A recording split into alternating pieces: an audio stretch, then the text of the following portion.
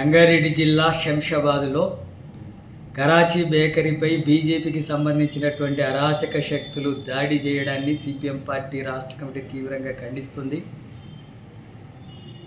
దేశం మీద జరిగినటువంటి ఉగ్రవాదుల దాడికి వ్యతిరేకంగా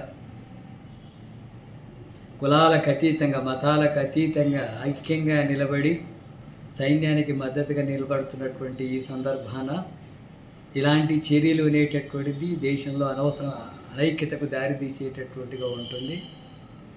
ఒకనాడు దేశ విభజన సందర్భంగా కరాచీ నుంచి వచ్చినటువంటి హిందువుల కుటుంబం కరాచీ పట్టణం పేరుతో ఇక్కడ బేకరీ కొనసాగిస్తూ సంవత్సరాల తరబడి దేశవ్యాప్తంగా ఈ బేకరీ వ్యాపారం కొనసాగుతుంటే అది హిందువుల కుటుంబమే అయినప్పటికీ కూడా పాకిస్తాన్కు సంబంధించినటువంటి నగరం పేరు ఉండకూడదనేటటువంటి పేరుతో అరాచకమైనటువంటి శక్తులు దీనికి పాల్పడుతున్నారు.